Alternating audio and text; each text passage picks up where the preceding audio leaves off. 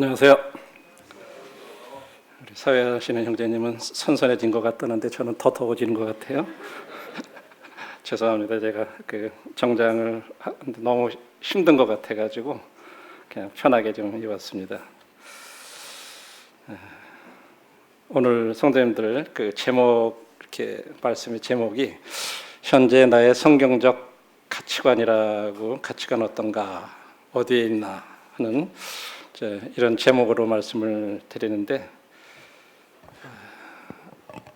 사람들은 내가 뭘 귀중하게 여기느냐, 가치 있게 여기느냐, 그거에 따라서 우리들의 행동이 거기에 따라서 달라지게 되어 있습니다. 그건 아무도 이해가 없어요.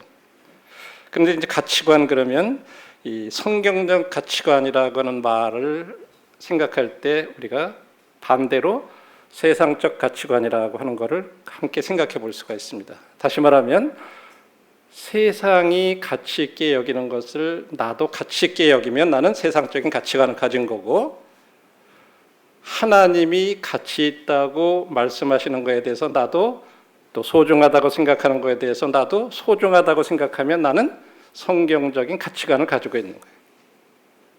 그래서 한번 현재 나의 이 성경적 가치관에 대해서 한번 이런 부분들을 성도님들을 함께 우리 생각해 보면서 우리가 진짜 올바른 신앙의 길로 우리들이 잘못됐다면 돌이키고 또 새롭게 하고 하는 그런 부분들이 필요하다고 생각이 됩니다.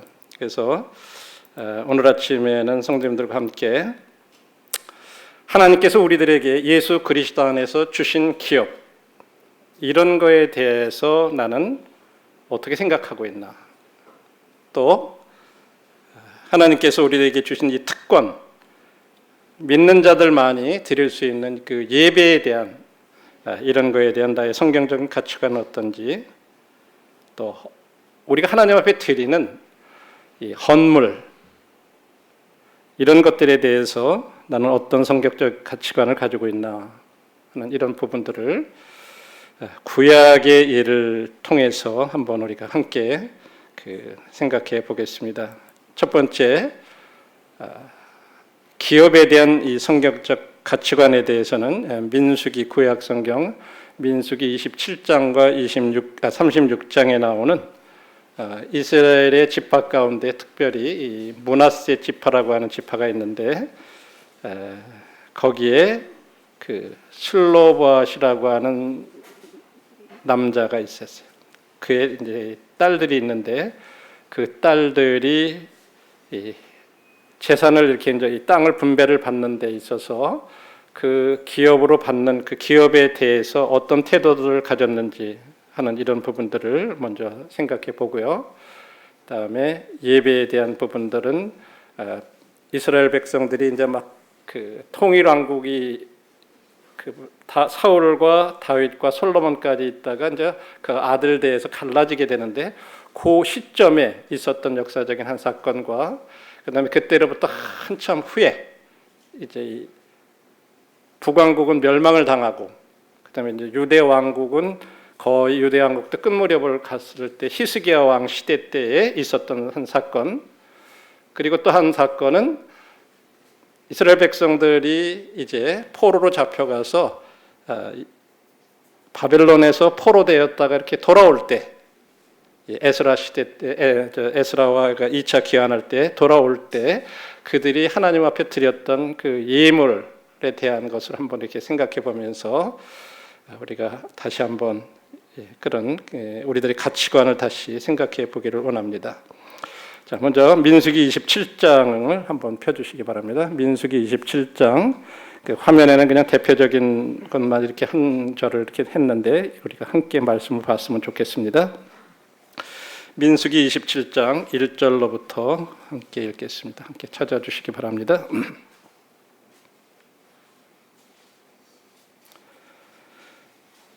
요셉의 아들 므낫세 종족들에게 므낫세의 현손 마길의 증손 길르앗의 손자 헤벨의 아들 슬로보앗의 딸들이 찾아왔으니 그의 딸들의 이름은 말라와 노아와 호글라와 밀가와 디르사라.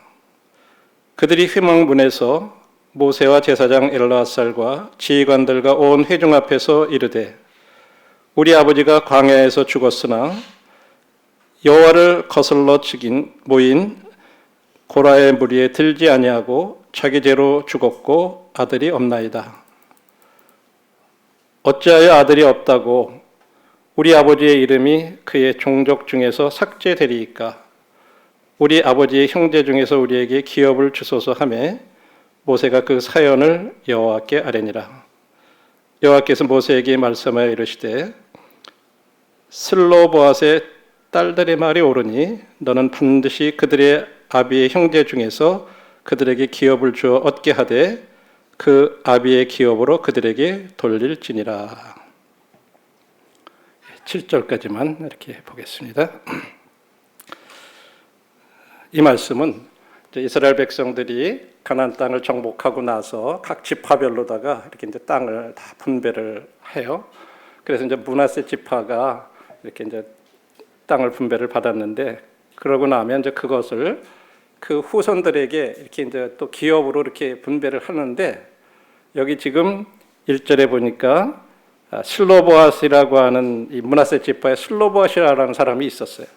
근데 이 사람이 광야에 이 40년 동안 이렇게 하나님 말씀에 불순종해 가지고 출애굽을 해서 가나안으로 돌아오는 중에 광야에서 죽게 됐어.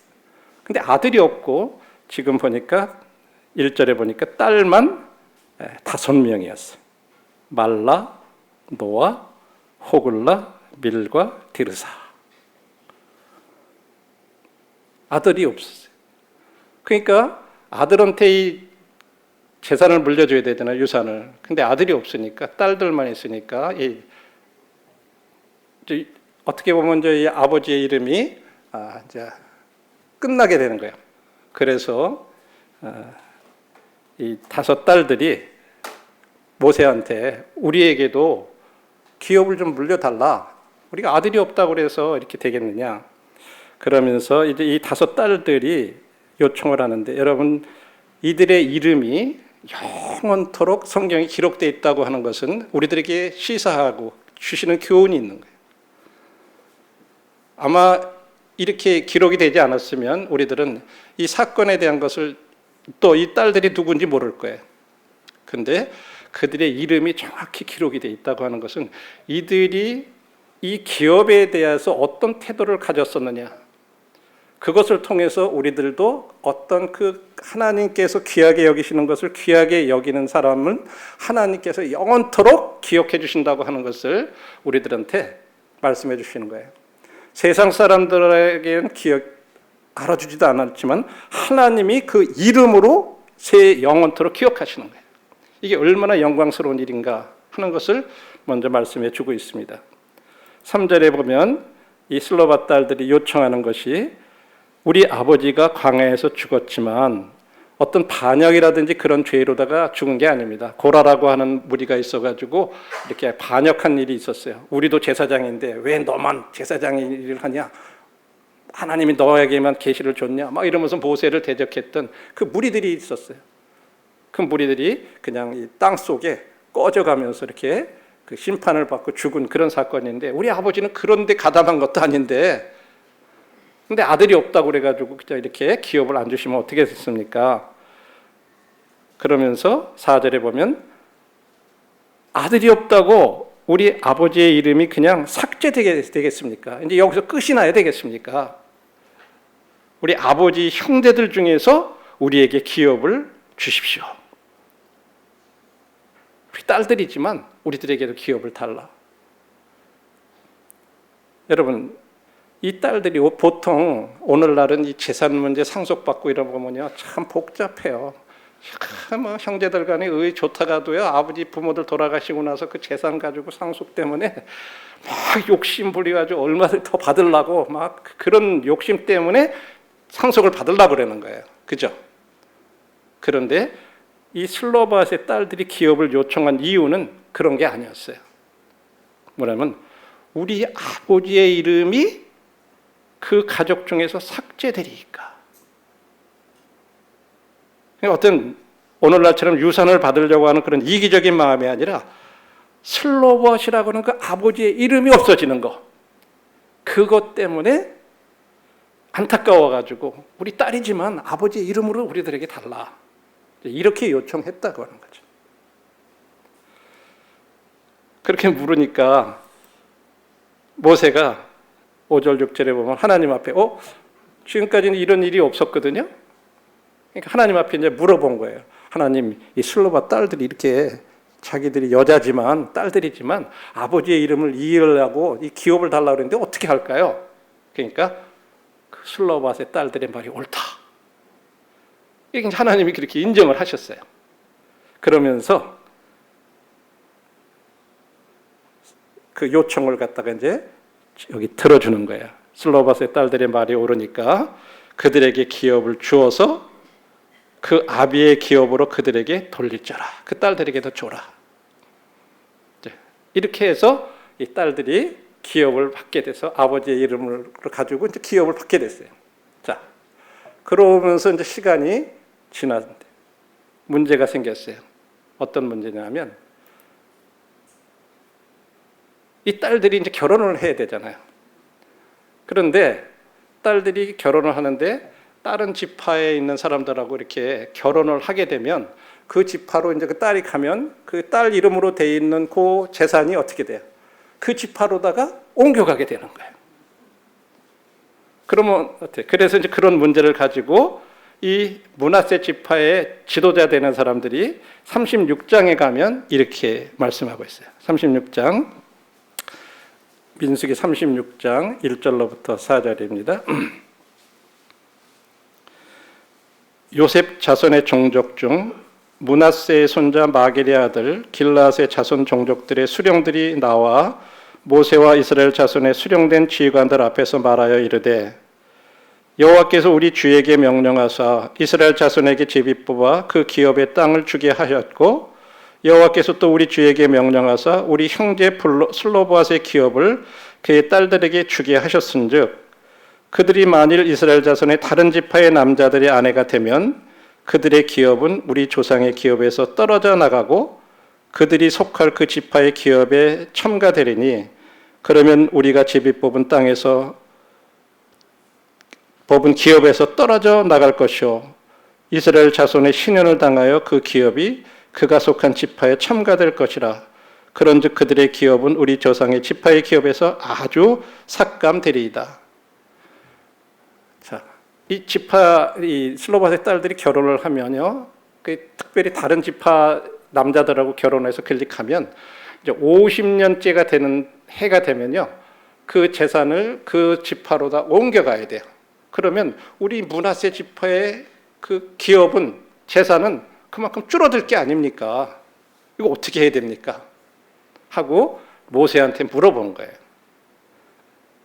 그랬을 때 하나님께서 거기에 대해서 또 말씀하세요. 모세가 5절에 보시면 모세가 여호와의 말씀으로 이스라엘에게 명하여 이르되 가로되 요셉 자손 지파의 말이 옳다. 맞아. 그렇게 되면 므낫세 지파에 그것이 줄어들게 돼 있다. 그 요셉 지파 조령들이 하는 말 옳다. 그러면서 그럼 어떻게 해야 되겠냐? 6절로부터 9절에 이렇게 얘기를 하죠. 슬로보앗의 딸들에 대한 여호와의 명령이 이러하니라. 이르시되 슬로보앗의 딸들은 마음대로 시집가려니와 오직 그 조상 지파의 종족에게로만 시집갈지니 그리하면 이스라엘 자손의 기업이 이 지파에서 저 지파로 옮기지 않고 이스라엘 자손이 다 각기 조상 지파의 기업을 지킬 것이나 하셨나니 이스라엘 자손의 지파 중에서 그 기업을 이은 딸들은 모두 자기 조상 지파에 종족되는 사람의 아내가 될 것이라. 그리하면 이스라엘 자손이 각기 조상의 기업을 보존하게 되어 그 기업이 이 지파에서 저 지파로 옮기게 하지 아니하고 이스라엘 자손 지파가 각각 자기 기업을 지키리라. 답은 간단한 거예요. 기업을 재산을 유산으로 받은 그 딸들은 자기 지파 안에서만 결혼해라. 이 슬로보앗의 딸들뿐만 아니라 이제 다른 지파도 똑같은 거예요. 그런 법이 이제 생겨나게 된 거예요. 이걸 통해 가지고. 그러면 이 기업의 기업 이 지파에서 저 지파로 막 왔다 갔다 하는 그런 혼란은 없어지게 될 거다. 이런 일이 있었어요. 자, 그렇게 했을 때 지금부터가 중요한 거예요. 슬로보아스의 딸들이 거기에 그런 결정에 대해서 어떤 태도를 취했나 하는 거예요. 10절에 보니까 슬로보아스의 딸들이 여호와께서 모세에게 명하신 대로 행하니라. 다시 말하면 다른 지파 사람들로 결혼 안 했다는 거예요. 그들이 요셉의 아들 므낫세 자손의 가족에게로 시집간 거로 그 기업이 그 아비 가족의 지파에 여전히 있더라. 참 이게 하나님께서 이것을 기록해 놓으신 이유가 이 기업을 귀중하게 여기는 그 자세, 그 태도. 그래서 자기들의 어떤 이익만을 위해서 그냥 마음대로 시집가고 막 그런 게 아니라 그 기업을 지키기 위해서 그 지파 안에 그 기업이 그대로 유지되게 하기 위해서 자신들이 희생하고 다른 데 시집가지 않고 그 기업을 지킨 거, 이걸 귀하게 여기셨다고 하는 거예요. 오늘날 하나님께서 우리들에게 허락하신 이런 영적인 기업에 대해서, 특별히 여기 우선 1차적으로는 그 결혼에 관한 이런 부분들에 대해서 신약 성경에서는 믿는 사람들이 믿음 안에서만 결혼하라고 이렇게 얘기하고 있어요. 그건요, 우리들에게 어떤 족쇄를 채우고 우리를 통제하고 그러시기 위한 것이 아니라 하나님이 그렇게 믿음 안에서 믿는 사람들은 믿음 안에서만 결혼하라고 하신 그 제도는요, 우리를 아껴서 그렇게 하시는 거예요. 믿는 사람들을 아껴서 그렇게 하시는 거예요. 그래서 믿음 안에서 결혼할 때 하나님께서 두 사람을 통해서 하나님이 그들의 생애를 통해서 이루고자 하는 어떤 목적을 이루어 나가게 하시는데 뜻이 있으신 거예요.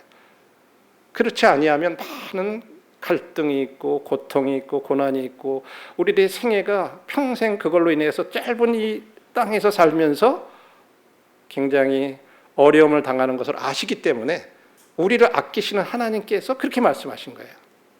우린 그것을 알아야 돼요. 물론 거기에 많은 여러 가지 환경적인 요소라든지 그렇게 많은 부분들이 어려워요. 그랬을 때 우리들이 이런 부분들을 잘 생각해야 돼요. 슬로바 딸들 마음대로 갈 수 있었어요. 이 기업이 줄어들든 말든 상관없다. 내가 좋아하는 사람하고 다 결혼해서 내가 살고 싶다. 그렇게 할 수 있는 거예요. 내가 그래가지고 그쪽으로 가서 그 기업에 더해지면 되는 거지 뭐. 그쪽이 더 넓어지는데 뭐 그쪽이 같은 이스라엘인데 이렇게 생각할 수도 있잖아요. 근데 하나님이 정해놓으신 그 기업에 대한 그거를 귀중하게 생각하고 자기 마음대로 하지 않았다고 하는 거예요. 이들을 통해서 우리에게 주시는 그런 교훈들은 뭐예요? 믿음 안에서는요, 여자들도 영적인 기업을 받을 수 있어요. 이스라엘에게 있어서는 남자들만 그런 기업을 처음에 원래 받았잖아요. 그러나 믿음 안에서는요, 여자들도 동일하게 자매님들도 하나님께서 약속하신 그런 영적인 기업들을 받을 수 있어요. 우리 믿는 자들에게 주신 기업은 어떤 기업인가요? 어떤 것을 유산으로 주시고 어떤 것을 남겨주시고, 우리는 부모님들이 남겨주시는 것들은 땅, 집 뭐 이런 것들이에요. 그죠? 이 땅에 속한 것들이죠. 그런데 믿는 사람들에게 주시는 기업은 성경에 하늘에 간직한 기업이라 이렇게 말씀하고 있어요. 하늘에 간직하신 것. 이 땅에서 주시는 기업이 아니라 하늘에 간직하신 거다 이렇게 표현하고 있어요. 그래서 베드로전서 1장 4절에 보면 썩지 않고 더럽지 않고 쇠하지 않는 기업을 있게 하시나니 곧 너희를 위하여 하늘에 간직하신 것이다. 이 땅에 사시는 동안에 물론 부모님들로부터 어떤 유산을 이렇게 상속받으셔서 조금 여유 있게 사시는 분들도 있고 또 전혀 그런 혜택이 없어서 그냥 아무것도 별로 진짜 가진 것 없이 그냥 근근히 살아가시는 분들도 있고 성도님들 중에도 여러 부류들이 있어요. 거기에 대해서 우리들이 불평하거나 불만할 것이 없어요. 그건 모두 다 그것든 아니든 건 이 땅에 사는 동안에 한정된 거예요. 그렇죠? 우리가 그걸 가지고 가져갈 수도 없는 거예요. 아무리 많아도. 또 없다고 그래가지고 뭐 그것 때문에 그냥 영원토록 그렇게 없는 것도 아니에요. 그냥 이 세상 끝이면 그것으로 끝나는 것뿐이에요. 자, 전에도 잠깐 말씀을 드렸는데 사단이 우리들한테 항상 공격하는 포인트 중에 하나는 뭐냐면요, 항상 부족한 한 가지에 집중하게 만드는 거예요.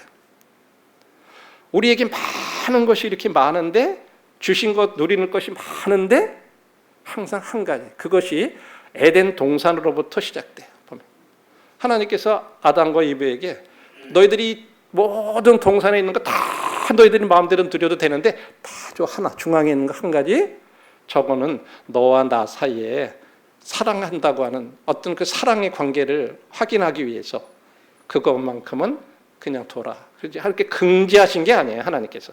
근데 사단이 탁 와가지고 그거를 집중하게 합니다. 저거 하나.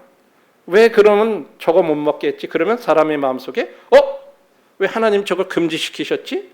이렇게 바뀌는 거예요.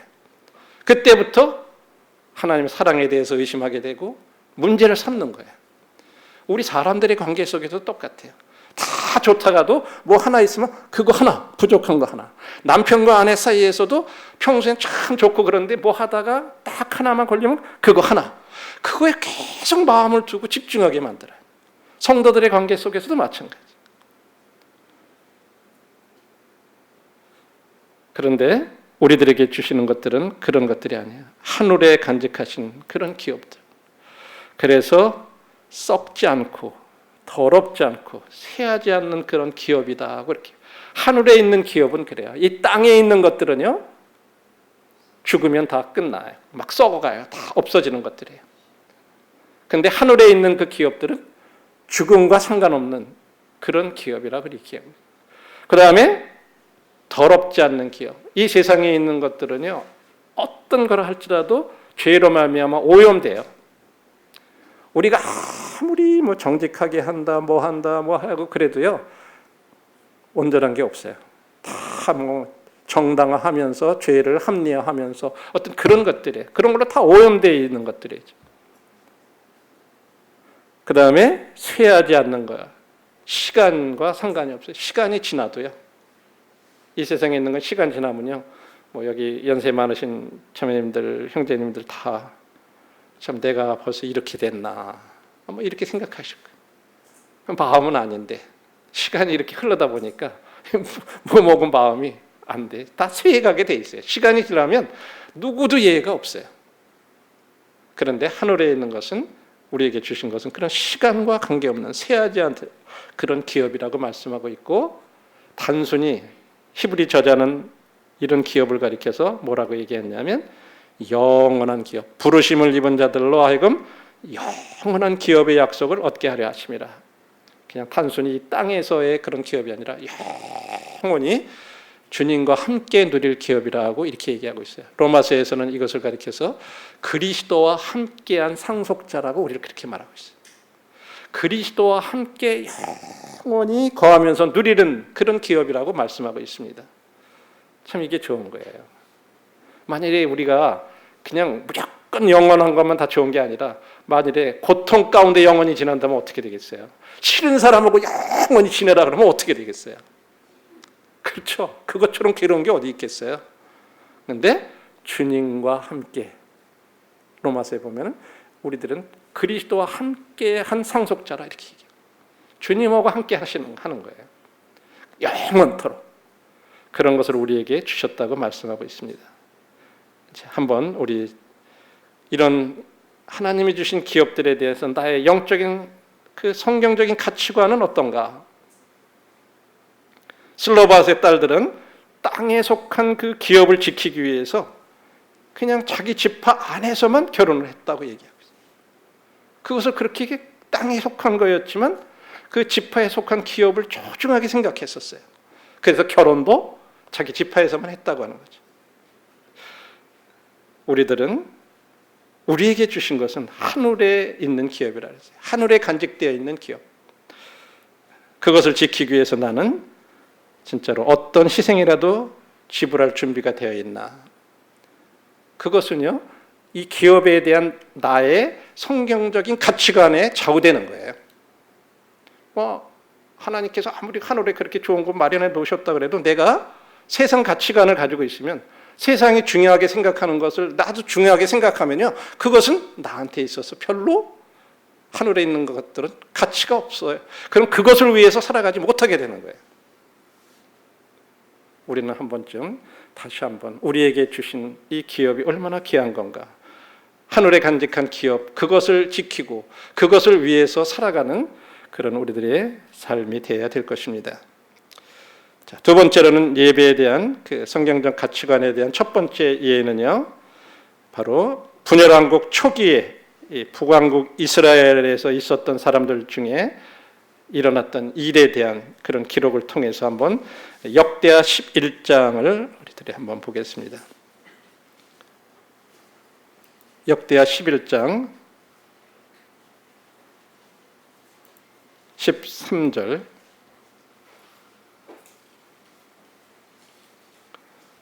온 이스라엘의 제사장과 레위 사람들이 그들의 모든 지방으로부터 르호보암에게 돌아오되, 14절, 레위 사람들이 자기들의 마을들과 산업을 떠나 유다와 예루살렘에 이르렀으니 이는 여로보암과 그의 아들들이 그들을 해임하여 여호와께 제사장 직분을 행하지 못하게 하고, 여로보암이 여러 산당과 숫 염소 우상과 자기가 만든 송아지 우상을 위하여 친히 제사장들을 세움이라. 16절 한번 주목해 보시기 바랍니다. 이스라엘 모든 지파 중에 마음을 굳게 하여 이스라엘 하나님 여호와를 찾는 자들이 레위 사람들을 따라 예루살렘에 이르러 그들의 조상의 하나님 여호와께 제사하고자 한지라.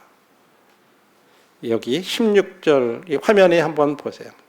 16절의 말씀에 마음을 굳게 하여 이스라엘 하나님 여호와를 찾는 자들이다, 이렇게 얘기하고 있습니다. 자, 잠시 후에 다시 배경을 말씀을 드릴 때 다시 말씀을 드리겠습니다. 그러므로 그 내려온 사람들이 3년 동안 유다 나라를 도와 솔로몬의 아들 르호보암을 강성하게 하였으니 이는 무리가 3년 동안을 다윗과 솔로몬의 길로 행하였이더라. 자, 이 말씀의 배경은 그래요. 사울이 왕이 되고 그다음에 다윗이 왕이 되고 솔로몬이 왕이 될 때까지는 이를 통일왕국이라 그래서 한 120년 동안 한 나라였어요. 근데 솔로몬이 죽고 나서 그 아들 르호보암이 왕이 됐어요. 그런데 솔로몬의 신하 중에 여로보암이라고 하는 신하가 있었어요.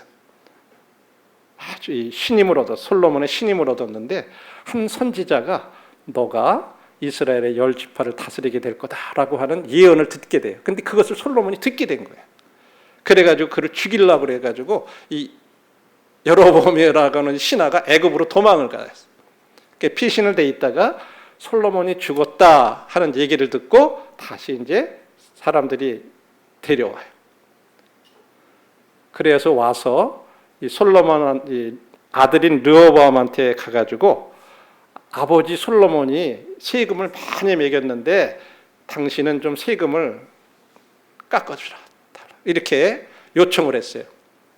그런데 르호보암이 노인들은 그 말을 그렇게 들어주라, 그렇게 조언을 했는데 안 듣고 자기들하고 같이 자란 젊은 아이들을 조언을 듣고는 세금을 더 매겨버린 거예요.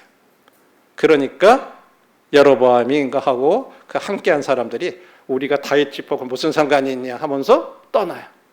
그래서 10지파는 르호보암을 따라가가지고 북쪽으로 가서 이스라엘이라고 하는 왕국이 되고, 2지파만 유다와 베냐민 지파만 이 르호보암 해가지고 남왕국이 돼가지고 유다 왕국이 된 거예요. 그래서 남북으로 갈라져 버렸어요. 그러니까 이 북왕국 쪽에 속했던 사람들은요, 뭐 자기들이 선택하고 뭐 그래가지고 북왕국으로 가고 뭐 그랬던 게 아니에요. 그냥 거기 살다가 갑자기 중간이 딱 끊겨가지고 남북이 갈라져 버린 거예요. 그런데 북왕국의 이 여로보암 왕은요, 가만히 보니까 이 백성들이 하나님 앞에 제사를 드리러 자꾸만 예루살렘 성전이 있으니까 글리 가게 되면 나중에 이 백성들의 마음이 아무래도 그쪽으로 쏠릴 것 같으니까 못 나게 내려가게 하기 위해서 그 경계에 있는 베델이라고 하는 곳에도 큰 제단을 만들어요. 그리고 저 북쪽에다도 단이라고 하는 지역이 있는데 거기에다도 제단을 크게 만들어요. 거기 금송아지를 크게 만들어 놓고 이게 너희들을 애굽에서 인도해낸 하나님이니까 너희들은 여기서 예배드려도 된다. 이렇게 얘기한 거예요. 그리고 이 제사장들은요, 예루살렘에만 살았던 게 아니에요. 각 성읍에 여러 이 제사장들이 사는 성읍들이 지정돼 있더랬어요. 그래서 제사장들은 제사만 드리는 뿐만 아니라 백성들을 말씀으로 가르치고 이런 일들을 하거든요. 그래서 북왕국 쪽에 흩어져 있었던 제사장들도 있고 레위 사람들도 있는데 갑자기 이 여로보암 왕이 그들을 갖다 다 제사장직에서 해임을 시켜버려요. 그리고 하나님 앞에 제사 드리는 일을 못하게 만들고 제사장 일을 못하게 해요. 말씀을 가르치는 거 이런 걸 못하게 하고 자기가 그냥 임의로 레위 사람이나 제사 이런 사람들이 아닌 사람들을 막 제사장으로 막 세우는 거예요. 그러니까 그 북왕국에 있었던 사람들 중에 제사장들 있죠? 또 레위인들이 이거 안 되겠다. 그러면서 자기네들이 모든 것을 다 정리를 해요. 거기에 자기네들이 제사장들에게 또 레위인들에게 주었던 밭들이 다 있어요. 어떤 성읍에 가면 일정한 범위 안에 거기 있는 것들은요, 좋은 땅들은 제사장들에게 줘요. 또 레위인들에게 줬어요. 그래서 그들이 거기서 농사를 짓고 살면서 이 사람들은 다르게 막 일을 하고 그러지 않고도 하나님을 섬기는 일, 말씀을 가르치는 일 이런 걸 잘하라고 그렇게 해줬는데 그런 거 다 두고 친척들, 친구들 뭐 다 놔두군요. 남쪽으로 예루살렘으로다가 아예 이사를 와버리는 이주를.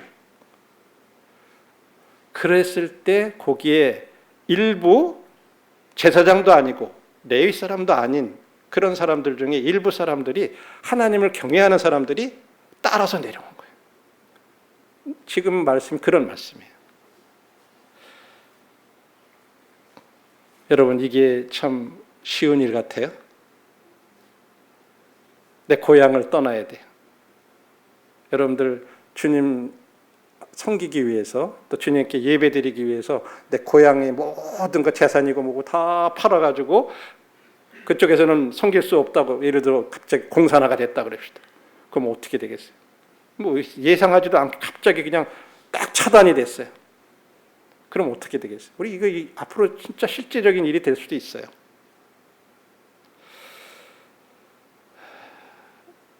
예배에 대한 나의 성경적인 가치관, 진짜 예배드리기 위해서 나의 모든 것을 희생할 만한 가치가 있다고 내가 지금 생각하고 있나? 하나님 앞에 예배드리는 것이 진짜 하나님께서 기뻐하신다고 생각하고 귀한 거라고 생각하기 때문에 나도 귀하게 생각해서 나의 재물, 나의 시간, 내가 그렇게 될 때 친척, 친구 뭐 이런 사람들한테 다 떠나야 되는 어떤 소외당하는 거, 어떤 그런 것들을 참 각오가 되어 있나? 이게 참 중요한 문제라고 생각이 돼요. 자, 그 다음에 두 번째 예는 예배에 대한 성경적인 가치관에 대한 두 번째 예는요, 히스기야 왕 때 일어났던 일인데 역대하 30장에 나오는 거예요. 역대하 30장에 보시면요, 30장 1절 보시죠. 자, 역대하 30장 1절입니다.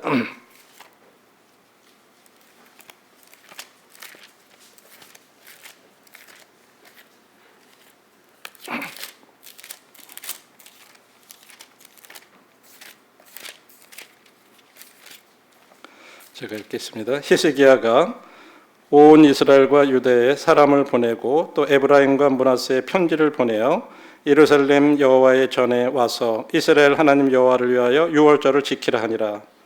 아까 말씀드렸듯이 이 시대는요, 이미 북왕국 이스라엘은 아수르에 의해 가지고 우상을 섬기다가 다 멸망해 가서 잡혀가고 일부 힘없는 사람들, 노인들 뭐 이런 사람들만 그냥 남아 있는 그런 상태예요.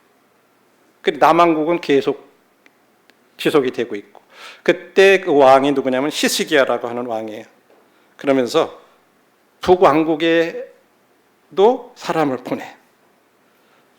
그래가지고 1절의 말씀대로 와서 너희들도 유월절을 함께 지키자, 이렇게 했어요. 그래서 2절을 보면 왕이 방백들과 예루살렘 온 회중과 더불어 의논하고 둘째 달에 유월절을 지키려 하였으니 이는 성결하게 한 제사장들이 부족하고 그 백성도 예루살렘에 모이지 못하였으므로 그 정한 때에 지킬 수 없습니다.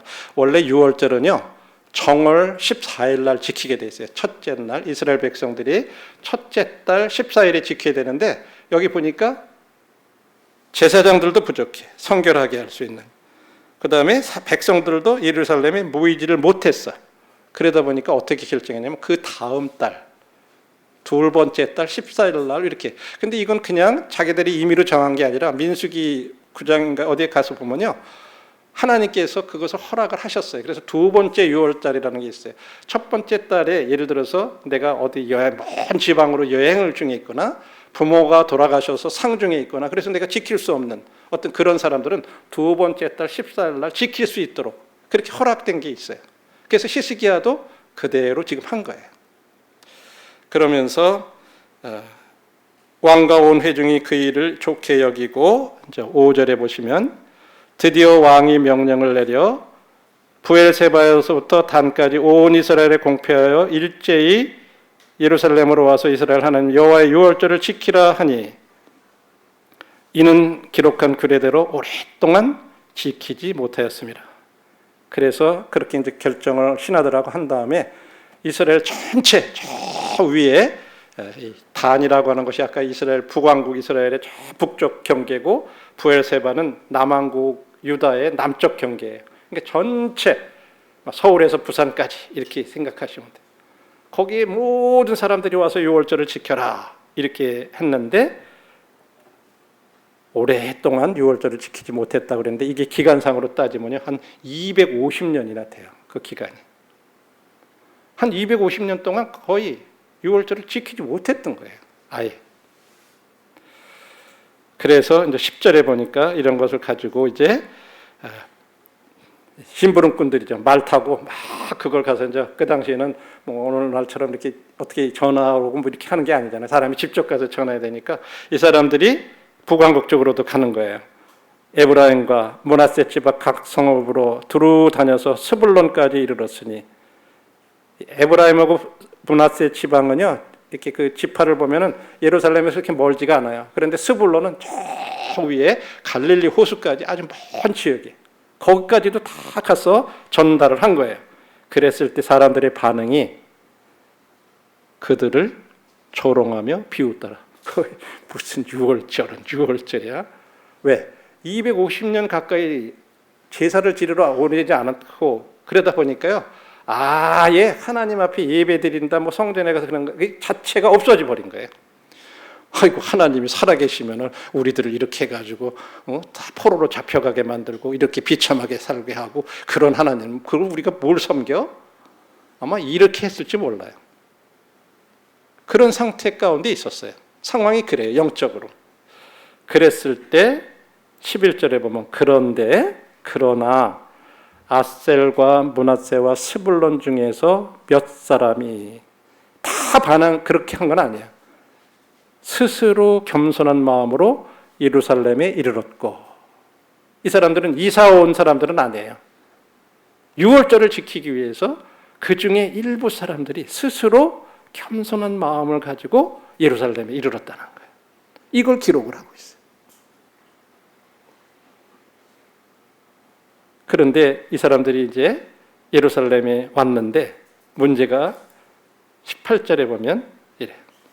에브라임과 므낫세와 이사갈과 스불론의 많은 무리는 자기들을 깨끗하게 하지 아니하고 유월절 양을 먹어 기록한 규례를 어긴지라. 원래 유월절을 지키려면요, 그 하기 전에 다 깨끗하게 미크베라고 하는 이 탕에 들어가 가지고 자기 몸들을 깨끗하게 하고 다 이렇게 한 다음에 유월절을 지키게 되는데 그러지 못한 거예요. 그랬을 때 히스기야가 그들을 위해서 기도하는 거예요. 선하신 여호와여, 하나님 저들을 용서해 주세요. 왜? 19절에 보니까 저들은요 결심하고 하나님 곧 그의 조상들의 하나님 여호와를 구하는 사람들입니다. 그래 누구든지 비록 성소의 결례대로 스스로 깨끗하게 못하였을지라도 사하옵소서. 하나님, 저들이 비록 그랬지만 저들은 진짜 결심하고 그 먼 데서부터 하나님 찾아서 예배드리기 위해서 이곳 예루살렘까지 온 사람들이니까 규례대로 그렇지 못한다 할지라도 좀 용서해 주세요. 하나님 그거 받으신 거예요. 하나님 우리 아세요. 우리가 완전하지 못한 거, 우리들이 그렇지 못한 가운데서 하나님 앞에 나오는 거, 그러나 그 중심이 얼마나 중요한가를 본 거예요. 250년 동안 끝쳤던 그 제사를 지내러 온 사람들을 하나님 귀하게 여기셨던 거예요. 스스로 겸비하고. 그래요, 하나님 우리가 잘못해서 우리 조상들이 이렇게 다 포로로 잡혀갔고, 그래서 우리가 이렇게 오랫동안 예배도 드리지 못했고, 그런 거 다 알고서 이렇게 온 거예요. 하나님 그것을 귀하게 여겨주십시오. 용서해 달라고 그런 거죠. 자, 이것을 보면서 진짜 예배에 대한 나의 성경적인 가치관은 어떤 건가? 진짜로 조롱과 비웃음 가운데서도 스스로 겸손한 마음으로 예배드리러 나오나? 여러분 250년 동안 예배를 안 드렸는데 그것과 우리 지난 2년 동안 한번 팬데믹, 코로나 팬데믹으로 인해서 우리가 사회적 거리 두게 해가지고 못 모이게 되고 그랬을 때 지금 현재 우리의 마음은 어떤가? 겨우 2년 됐는데요, 우리들의 마음속에 옛날 같지가 않은 거예요. 여러 가지 우리들의 마음 가운데 정당화하는 마음이 생긴 거예요. 안 그렇습니까? 솔직하게. 물론 우리들이 정부에서 얘기하는 그런 거 지켜야 되고 방역 지침 지켜야 되는 거, 이거에 대해서 얘기하는 게 아니에요. 우리들의 마음 자세에 대해서 얘기하는 거예요. 또 성도들이 모여서 교제하는 성도의 교제에 대한 우리들의 이 마음의 자세, 이런 부분들을 우리들에게 진짜 중요한 게 뭐예요? 그들이 결심하고 하나님 곧 그 조상들의 하나님 여호와를 구했던 것 같이 우리들에게도 이제는 이 성경적인 가치관, 예배에 대한 가치관, 우리 다시 한번 생각해 봐야 될 것 같습니다. 자, 이제 마지막 헌물에 대한 성경적인 가치관은 이제 유대도 이제 나중에 결국은 바벨론으로다가 포로로 잡혀가가지고 70년 동안 있게 있대잖아요. 그러다가 스룹바벨이라고 하는 사람이 1차로 데리고 한 5만 명을 데리고 이렇게 돌아와요.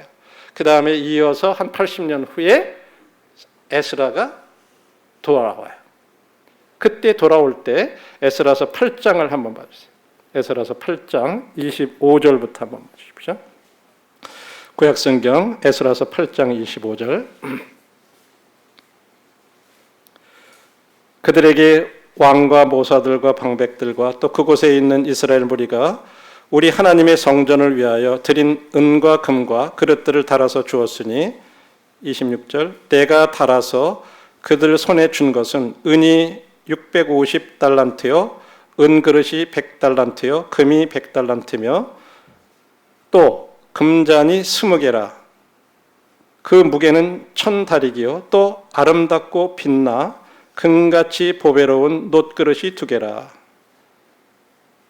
지금 2차 기한 시에 에스라가 돌아올 때 거기 있는 왕도 허락을 해줬고 거기에 그 모시고 있는 저 신하들 또 거기에 높은 지도자들 방백들 그리고 에스라와 함께 돌아오지 않았던 그 남아있는 유대인들 그들 가운데 하나님의 성전에 드린 예물에 대해서 지금 기록해 놓은 거예요.